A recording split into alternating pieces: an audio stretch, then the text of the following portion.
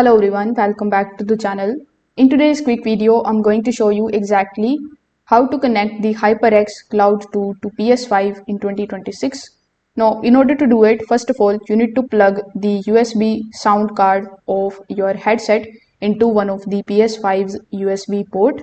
Now, once connected, your PS5 is automatically going to detect it. So you just have to go to the settings of your PS5. After that, simply select the option of sound.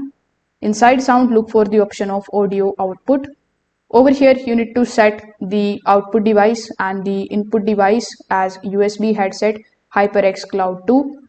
Then simply scroll down a bit and look for the option that says output to headphones, and you need to make sure that it is selected as all audio. This ensures both the game sound and the voice chat go through your headset.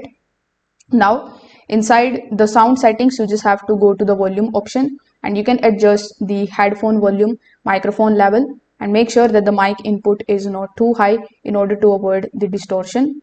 Alternatively, you can also plug the 3.5mm jacks into your PS5 controller. The audio will switch automatically, but note that the 7.4 surround sound will not work in this particular mode.